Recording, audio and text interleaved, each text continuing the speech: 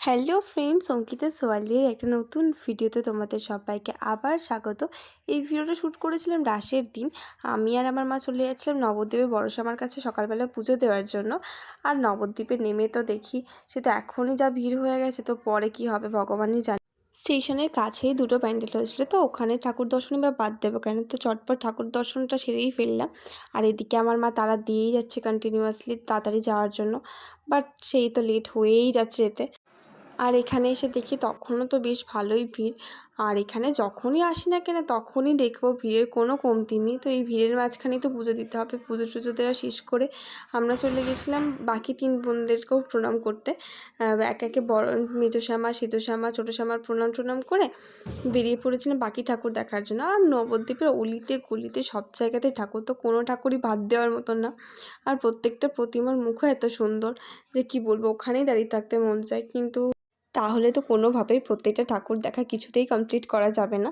তো এবার আমার খুব ইচ্ছা ছিল ভদ্রকালী মাতার পুজোটা দেখার, কিন্তু সামনে যা ভিড় আমি তো সামনে যেতেই পারলাম না, তো দেখাও হলো না, মিস করে গেলাম। আর রাসের সময় নবদ্বীপে প্রত্যেকটা মণ্ডপেই বড় বড় ছাঁচগুলো ব্যবহার করা হয়, যেটা আমি আর অন্য কোথাও দেখিনি, শুধু নবদ্বীপেই দেখেছি। আর এইবার এই সকালের সময়টাতে বেরিয়ে বেশ ভালোই করেছিলাম। প্রত্যেকটা মণ্ডপেই তো পুজো হচ্ছিল, তো পুজোটাও বেশ দেখতে পারছিলাম।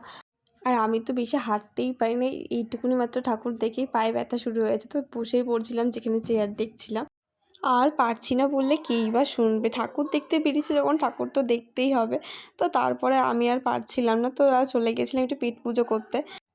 গিয়ে ঝটপট অর্ডারও দিয়ে দিয়েছিলাম, আর বেশিক্ষণ ওয়েট করতেও হয়নি, তাড়াতাড়ি দিয়ে গেছি।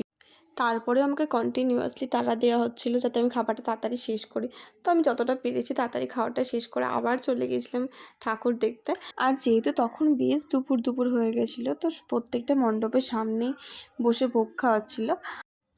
আর অন্যান্য দিকে এক একটা মণ্ডপে তখনও হোম টোম হচ্ছিলো। আর তখনও আমাদের যে কত ঠাকুর দেখা বাকি ছিল সে কে আর জানে। যাই হোক, যতটা পারছিলাম তাড়াতাড়ি যাওয়ার চেষ্টাই করছিলাম।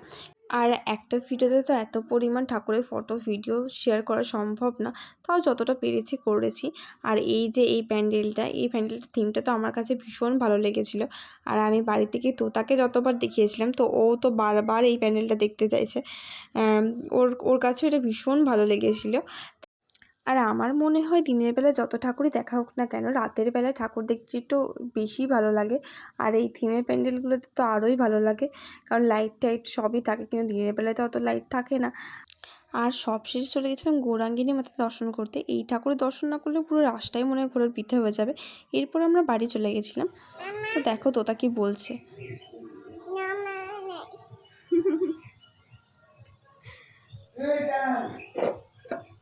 দাদা বাই বাই করে দে, বাই বাই।